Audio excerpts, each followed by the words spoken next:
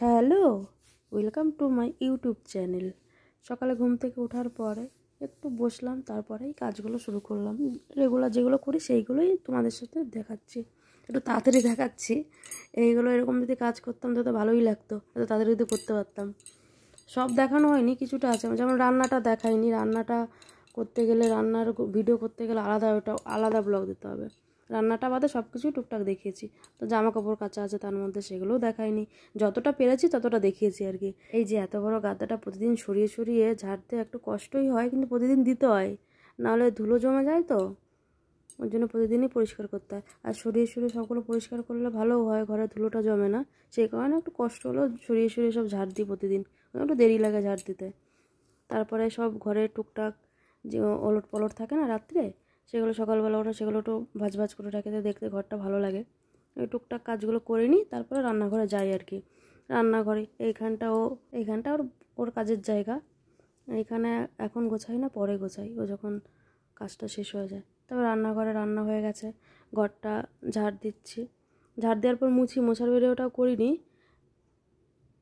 রান্নাঘর যখন ঝাড় দিই না, শোবার ঘরটাও আরেকবার ঝাড় দিয়ে দিই।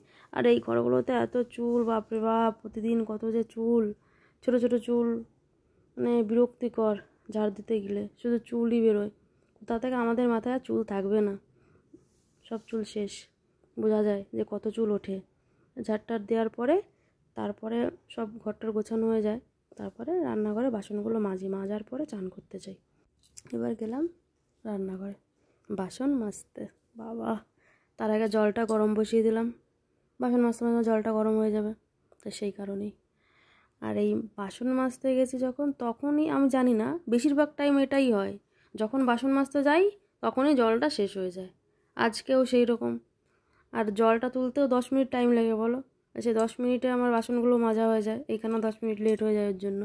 আজকে গেলাম, জল শেষ হয়ে গেছে, আগে বাসনটা মেজে নিলাম। তারপরে দেখি ওকে বলে দিলাম যে জলটা ছেড়ে দাও, তো তখন বাসনটা মাজি, তারপরে ধুয়ে নেব।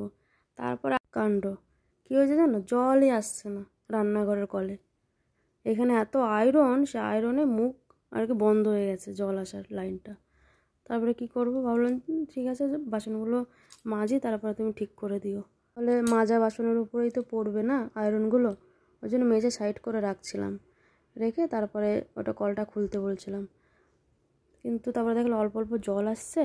জল যখন আসছে তাহলে বাসন কটা ধুয়েই নিই, তারপরে তুমি ঠিক করো। ওই কষ্ট করে আর কি অল্প অল্প দেখতে আসলো কোনটুকু জল পড়ছে। ভীষণ কম জল পড়ছিল গো, কষ্টই হয়েছে বাসনগুলো মাজতে। ওইভাবে অত কম জলে কী করে বাসন মাজা, অনেকক্ষণ লেগেছে বাসনগুলো মাজতে। এখন তো মজায় মজায় দেখাচ্ছি তাড়াতাড়ি করে, তখন যে কতক্ষণ লেগেছে গোটা বাসন মাজতে। তা এইরকম যেমন দেখাচ্ছে ওইরকম স্পিডে যদি কাজ করতে পারতাম, উফ, তুড়ি দিতাম, সব কাজ শেষ, ফিনিশ। জানো তো বড়রা তাই মনে করে, সারাদিন বাড়িতে থাকি মনে হয় তুড়ি দিয়ে আর সব কাজ শেষ হয়ে যায়। সেরকমই আর কি, তুড়ি দিয়ে কাজ শেষ হয়ে গেলে মেয়েদের পক্ষেই ভালো হতো, কিন্তু কিছু করার নেই, সারাদিন কাজ করতে করতে হয়ে যায়, টাইম কোথা থেকে চলে যায় জানি না। সব গুছিয়ে, এটা একটা ডাস্টবিনের বালতি আমার। এই ডাস্টবিনের বালতিটা খুব সুবিধা হয় গো। একটা আছে, অন্য ডাস্টবিন আছে, সেটা নিচে রাখতে সমস্যা হয়, ওটা পাশে ধরে না, কিন্তু বালতিটা পুরো সেট খেয়ে গেছে। ছোটো বালতি তো, রঙের, পাশে পুরো সুন্দর হয়েছে। এটা প্রতিদিন ধোয়া হয়, কিন্তু কালো রঙ ছিল এই বালতিটায়, ওই কারণে বিচ্ছিরি দেখতে। তাও সেই তুলেছি অনেকটা কালো রঙটা। আর প্রতিদিনের এটো সব কিছু ওই একটা প্লাস্টিকে জমিয়ে রাখি, তো ও যখন বাইরে যায় তখন নিয়ে যায়, ফেলে দেয়। এটোটা থাকলো না, এখানে নিতে আসে জানো তো, কিন্তু যখন আসে তখন আমার সাথে দেখা হয় না, কখন আসে বুঝতে পারি না। ওই কারণে আমি প্লাস্টিকে জমিয়ে রাখি, প্রতিদিন ফেলে দেয়। আর অনেক হয়ে গেলে ঘরে বিচ্ছিরি গন্ধও হবে, ওই কারণে আর জমিয়ে রাখি না, ওর কাছে দিয়ে দিই, ও ফেলে দেয়। প্রতিদিনই তো বেরোনো হয় না, ওই কারণে আর সমস্যা হয় না, ভালোই হয়। এই যে দেখো আমাদের সব কিছু রেডি হয়ে গেছে, রান্নাঘরটা। এইবার চান টান করে নিয়েছি, এর মাঝে পুজো দিয়ে দিয়েছি। তারপরে ছাদে মিলে সবাই একসাথে খাওয়া দাওয়া করলাম, ফল খেলাম, মজা করলাম।